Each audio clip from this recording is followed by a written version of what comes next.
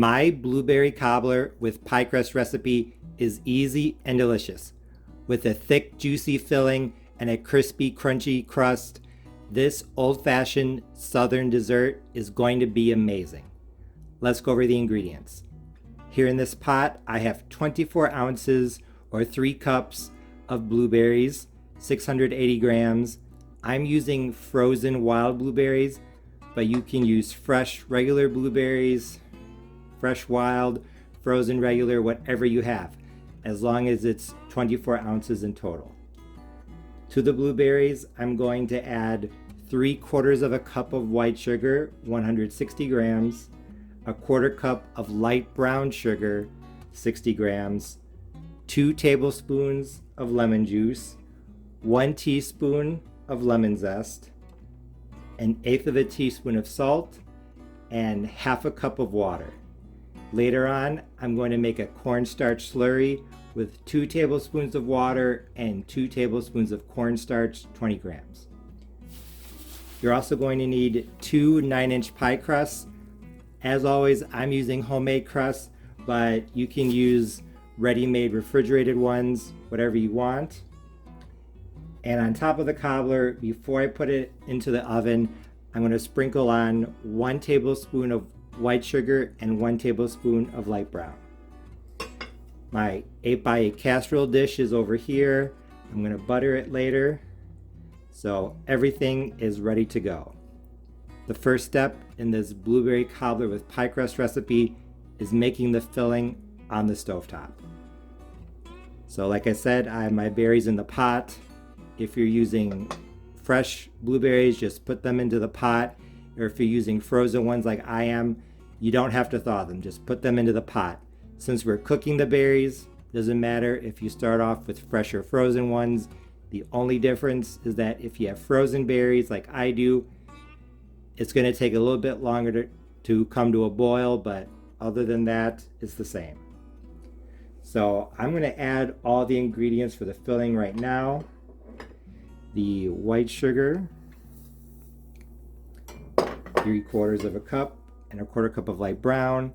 You can use all white sugar if you want, but I think a little bit of brown sugar adds some more flavor.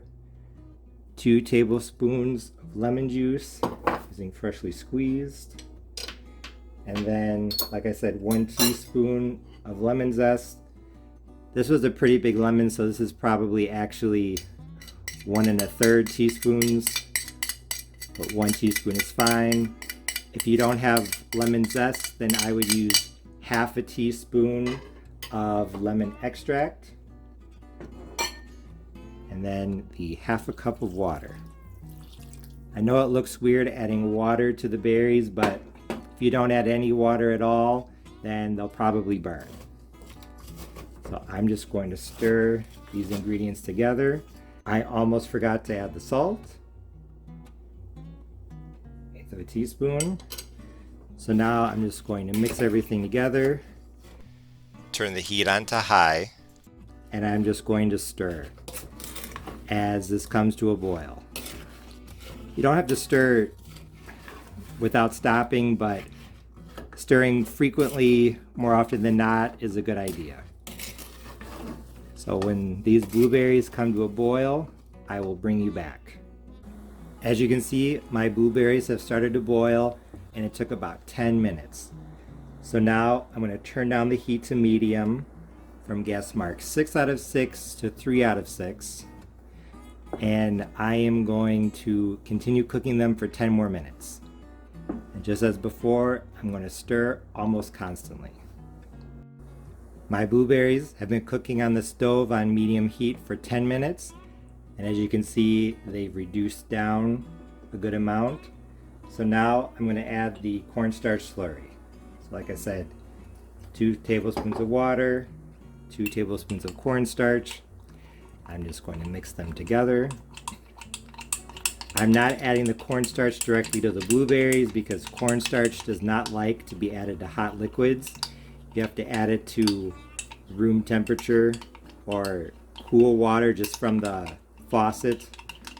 Mix it in and then add this slurry to the pot.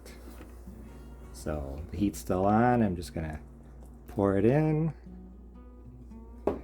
and then mix it in, and in a few seconds it should thicken up. Turn off the heat. Keep stirring for about 30 more seconds just so that it doesn't burn. And then I will bring you back. Now it's time to start putting this blueberry cobbler with pie crust together. Here I have one of the 9-inch pie crusts, and I just went and cut a circle out of the center. I put the 8x8 casserole dish down in the center upside down like this as a guide. You just want to cut a square that is larger than the casserole dish so that you can put it in and have plenty of crust to go up the sides. This extra crust you could just put off to the side for something else if you want, but I'm going to do something that's very southern. I'm going to use this extra crust to add dumplings to the filling. So what I'm going to do is I'm just going to peel off this extra crust. Over here, and I'm going to cut it into small pieces. They don't all have to be the same size. Some can be half of an inch, some can be an inch. You can vary. Then I'm going to add them to the filling. The filling's been cooling for about 10 minutes, and as you can see, it's a lot thicker than it was. So I'm just going to take these pieces of pie crust. I'm literally just going to toss them into the blueberry filling. I'm ripping them up as I'm doing it just to make them a little bit smaller. So I guess about this size, that's what you want. I know for some people who've never had a southern style cobbler before, adding bits of pie dough to the filling sounds odd. It's actually really good because you get the soft dough that's inside of the filling, inside of the cobbler, and then you get the crispy, crunchy crust that's on top. I really like it. Not everyone does, but if you've never had it, I definitely recommend it. I went ahead and added all of the excess crust that I cut off from around the center square to the filling. Nice amount of dumplings. So that's off to the side. I'm preheating my oven to 350 degrees Fahrenheit because now it's time to assemble the cobbler. So my 8x8 casserole dish is buttered. Here I have the bottom crust. And if you've never put a cobbler together, you put in the bottom crust. If it's on wax paper, or in this case parchment paper, just pick it up like this. Turn it upside down into the dish like that. And then once it's positioned where you want, more or less in the center, just peel it away.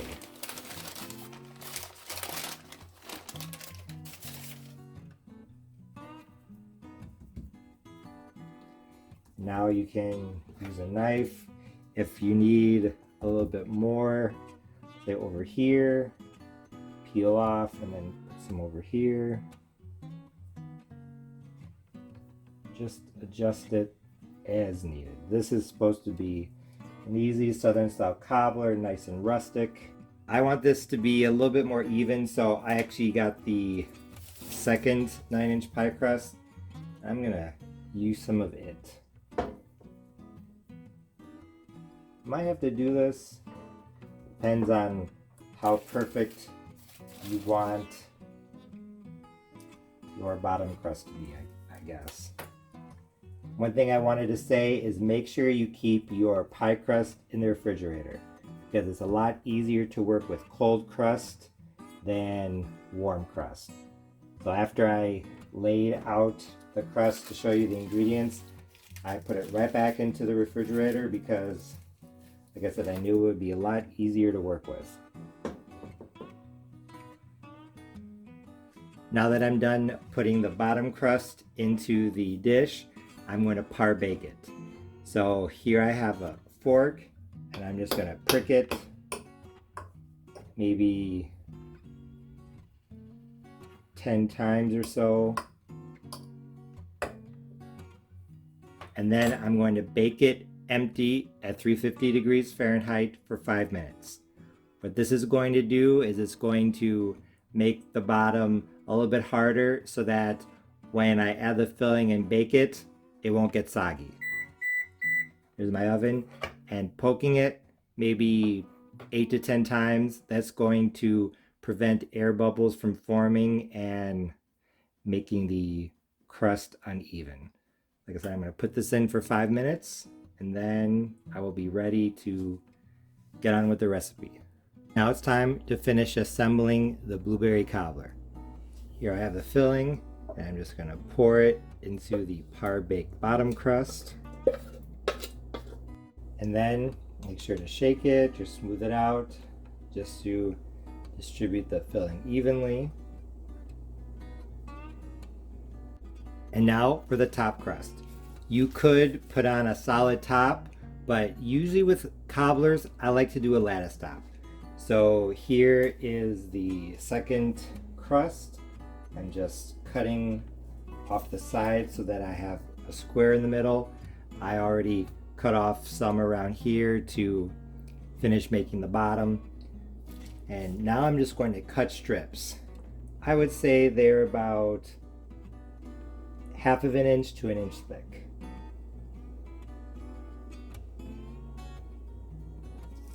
Make them as wide or thin as you want, but if they are wider, they are much easier to work with. But I would say no more than 1 inch thick, otherwise I think it'll affect the lattice. So here I'm just going to pull it off, and then this side is a little bit nicer. I'm just going to lay that on top.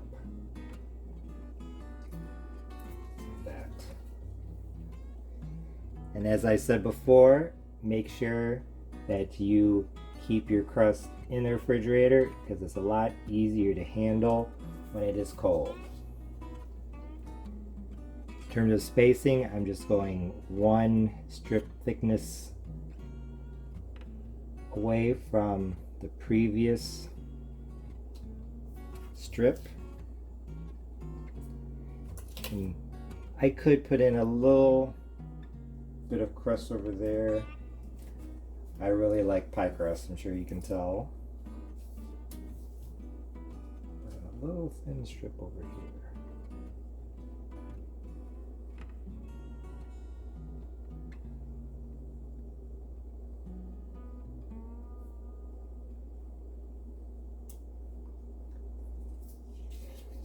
And then I'll just go the other way.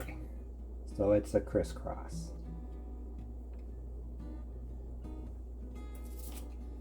You could try and weave the strips of the lattice together, but honestly, with the juicy filling, that's easier said than done.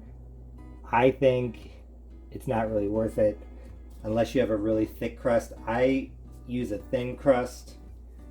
It's really hard to do that with a thin crust. But like I said, if you want to do that, you definitely can. Now for the finishing touch. Like I said earlier, 1 tablespoon of white sugar and 1 tablespoon of light brown sugar. I'm just going to literally sprinkle this on top. Trying to aim for the crust, but if some gets into the filling, that's fine. Now I'm going to bake my blueberry cobbler with pie crust at 350 degrees Fahrenheit, uncovered, for 45 to 50 minutes. And one thing I recommend is that you bake it on a cookie sheet or a pizza pan. It's going to make taking it in and out of the oven a lot easier. I just pulled my blueberry cobbler with pie crust out of the oven. It was in at 350 degrees Fahrenheit, uncovered, for 50 minutes. 50. It looks and smells amazing. As you can see, this cobbler had a great old-fashioned look. The crust was perfectly golden brown and the filling had a deep dark purple color that's exactly what you would expect from a blueberry cobbler. When I took the first bite, I knew that my old-fashioned blueberry cobbler with pie crust recipe was a big success because it was absolutely fantastic. The blueberry flavor was deep, full, rich, and intense, making this dessert extremely satisfying. As in other berry recipes, I think it was the lemon, specifically the lemon juice, that helped to bring out the flavor. I honestly didn't really notice the lemon zest in the background. I'm sure it was there, but the blueberry flavor was just so strong it overpowered it. So you could leave out the lemon zest if you want, but not the lemon juice because, as in a lot of other recipes, a little bit of acidity really brings out the flavor.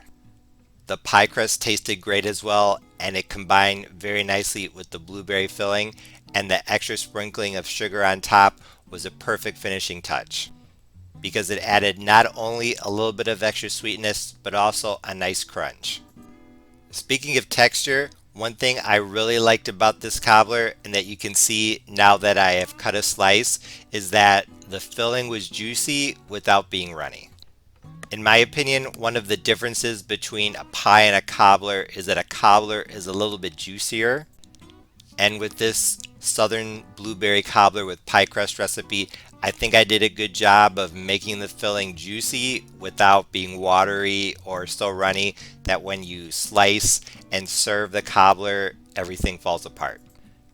I also really like the combination in textures of the juicy filling and crispy crust. It was absolutely magical. If you look closely at this slice, you can see some of the pie crust dumplings in the filling.